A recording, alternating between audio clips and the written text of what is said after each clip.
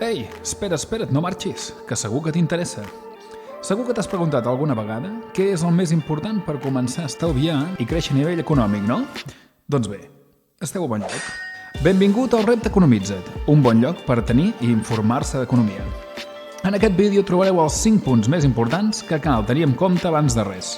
Així que, comencem!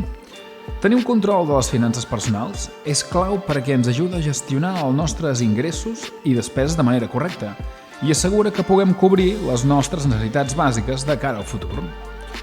El primer punt. Elabora un pressupost. Detalla els teus ingressos i despeses. Així sabràs exactament en què estàs gastant i podràs identificar àrees on pots estalviar. Segon punt. Sempre destina una part dels teus ingressos a l'estalvi. Pot ser una quantitat petita, però és important crear aquest hàbit per afrontar imprevistos i planificar metes a llarg termini.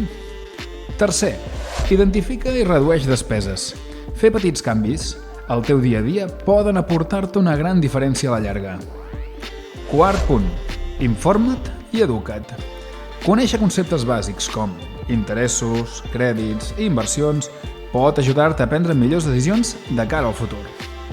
I cinquena i últim, defineix objectius financers clars.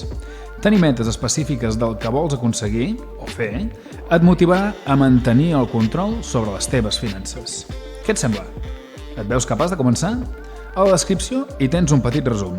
I recorda, deixa els teus comentaris, segueix-nos i, per més consells, no oblidis apuntar-te al repte Economitza't.